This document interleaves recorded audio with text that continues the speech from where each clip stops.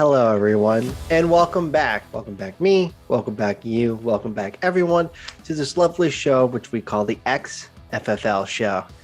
It is finally upon us. The final week of the XFFL season, the year, not regular season. Literally, this is the final week until the draft in August. Whew. It's 2022. Welcome to a new year. Could we possibly have a first time ever champion? Or will it be the first ever back-to-back XFFL champion? But we'll get to that just a little bit of time. And of course, we're going to break down what happened last week, which got us to this point, which is our championship game. We had two semifinal matchups, one being the Carpetbaggers versus the Big Ben Blackbeards. And let's break down that matchup for you. Kind of came down to the end, I would say.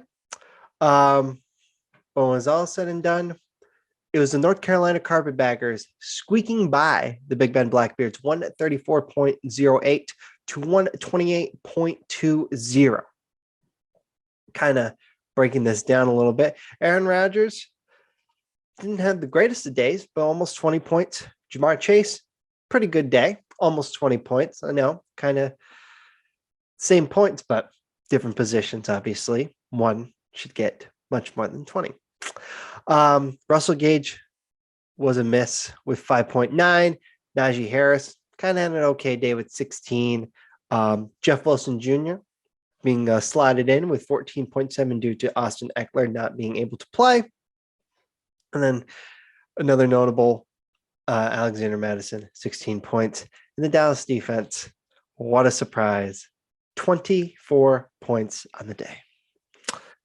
On the other side, I said it was kind of towards the end where they needed that last minute push, and that last minute push was needed by the Dallas Cowboys and the Cowboy trio. Unfortunately, just didn't get enough. I mean, Dak did a lot, 31 points on the day. And Ezekiel Elliott, 17 points, but it was CeeDee Lamb with only 10. If he hits projection at his 16, we're looking at a very, very close finish. But unfortunately, the Cowboys just absolutely dominated the Washington football team by 56-14. And slowly but surely, players got taken out of the game because game's already in hand. But unfortunately, it wasn't in hand for the Big Ben Blackbeards. Other notable things, DK Metcalf, 12 points. Cordero Patterson, do it all Cordero, only 8 points. Shame. And Kyle Pitts, 16 on the day. And the Rams defense, 11. But again, kind of been the story in most leagues is the Dallas Cowboys defense. If you have them, you're still in the playoffs. It's been a lifesaver. I mean, they're projecting about from anywhere from 8 to 10 points, and they're getting anywhere from like 18 to 24 points. Yeah, incredible stuff. And big congrats to Zach and the Carpetbaggers for making the championship game. But who will he face off against? Would it be the Rochester Revenge or the New York Potato Skins? Lo and behold, it was the Rochester Revenge by a final of 132.82 to 125.58. Let's break this down. Patrick Mahomes, 22 points. Stephon Diggs, 21 points. Nice. Justin Jefferson, 19 points. What's not nice? James Robinson, 1 point. Now, some of us watching this game, I'm looking at this, says James Robinson tore his Achilles. He's done. I'm thinking you need basically the workload of your second running back to balance that out. But a second running back was someone you just picked up mere 24 hours before kickoff. That was Justin Jackson. He was projected 14 points. He got 34 points in the day, 2 rushing touchdowns, almost 8 or 9 catches. Very, very good outing. And again, against the Houston Texans, too, nonetheless, which they lost, by the way. Crazy how things work. Dalton Schultz. It was pretty evident once Dalton Schultz caught that first touchdown that it was pretty much over, which gave the Rochester Revenge the lead, a lead that they would not surrender. On the other side, Tom Brady. What a bum. 14 points. Some may say he's a fraud. Looking at you, Brian. Other players on his team, Antonio Brown, 20 points. Obviously, that's going to happen. No Mike Evans, Chris Godwin. Deontay Johnson, 15. Jonathan Taylor, disappointment. Only 10 points on the day. No touchdowns. No receptions. Sad. Miles Sanders, yikes, only 5. Cole Kmet, never played Cole Kmet. He never does anyone good. 8.9. Joe Mixon tried to carry this team to a championship berth with 31.5. Just wasn't enough at that deficit of 7. But again, congrats are in order to the Rochester Revenge and this victory over the New York Potato Skins. So that leaves us with this championship game. The final game, and actually the first game of the 2022 fantasy, but the last game of this season in general. It's been quite a year so far. A lot of surprises. Obviously, Zach and the Carpetbaggers just racking up those wins or bagging them up or whatever he likes to say. And Scott Sheehan coming from the depths of 9th and 8th place to make a late playoff push, getting in and just getting by everybody. So who will it be? Will it be Scott Sheehan? Will it be Zach Phillips? Will it be the Carpetbaggers? Will it be the Revenge? There's always this revenge tour. Can he cap it off with a championship? This is revenge for all of you who've doubted me all season long. When I get that little championship trophy to go along my other one, it's going to be oh so sweet. Will the guy who picked first in the draft last year climb all the way to the top and capture his first XFFL championship? The Carpetbaggers are going to keep on rolling. We're going to keep bagging them up. And I'm going to finally get that trophy this year. Let's break that down for everybody. So honestly, it's probably going to come down to just the quarterbacks who you probably know what you're getting. I know I say this all the time with Patrick Mahomes, kind of has up and downs. Aaron Rodgers doesn't have up and downs. So that being said, give the check mark to Aaron Rodgers for this one.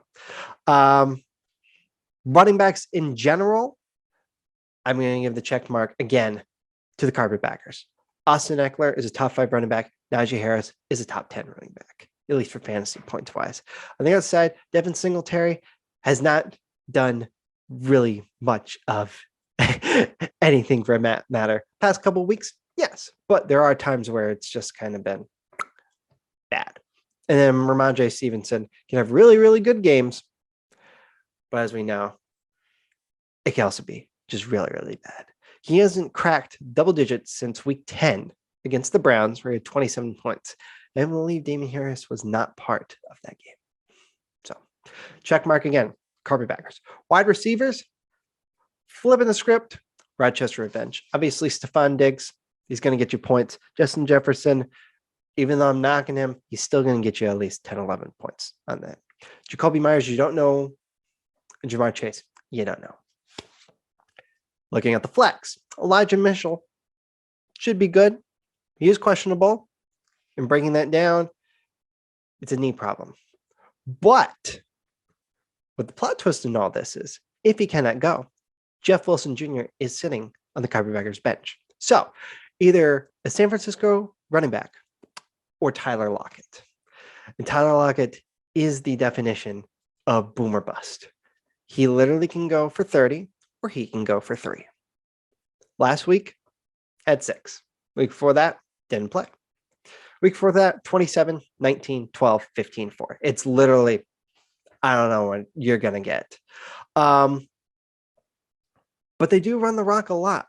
in San Francisco because they don't really touch Jimmy Garoppolo. But it's also against the Detroit defense, and Detroit defense has been subpar. But the last couple of weeks, Detroit's been trying to make a push to say that they are a real team, even though they have no chance of doing anything besides ruining a top 5 pick potentially. So, I don't know. It's kind of dead even for me, if I'm being completely honest. Yeah. We're going to go dead even. But I'll give a little slight nod for Tyler Lockett, just knowing it's Tyler Lockett. So kind of even. So it's going to come down, I guess, to the kicker and the defense. And pretty much even, if you say so. New England's defense, Matt Gay, Nick Folk, San Francisco's defense. It's going to come down to one play or one player. Hopefully it's not courtesy of William Jackson III. I don't see anyone playing against the Washington football team, so that is a plus. I'm going to go drum roll. With North Carolina Carpetbaggers in this one, I think there is a lot more potential with the running backs than there are with the wide receivers for the Rochester Revenge. If the Revenge, I shouldn't say the Revenge, if the Bills get up by a lot against Atlanta, they're going to stop throwing the ball. Therefore, Stephon Diggs is not going to get the ball. Justin Jefferson does have potential if they're down by a lot, and they're going to be tossing him the ball a lot. But there's no Adam Thielen. So your best guy is going to be guarded by the best corner for the Green Bay Packers. I honestly think it comes down to running backs. I think Aaron Rodgers has a pretty decent day too. So, but again, as I said, every time I pick a team, they ended up losing. So I'm sorry, Zach, if that is the case. And then congrats, Scott, if that is the case.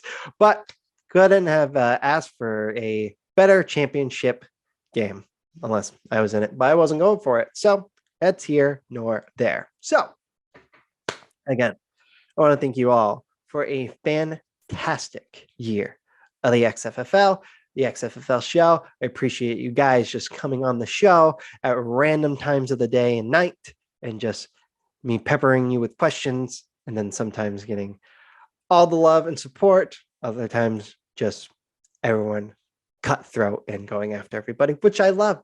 We got to have some animosity, got to have some little fight pizzazz in this league. But probably do a little recap next week, a little short video.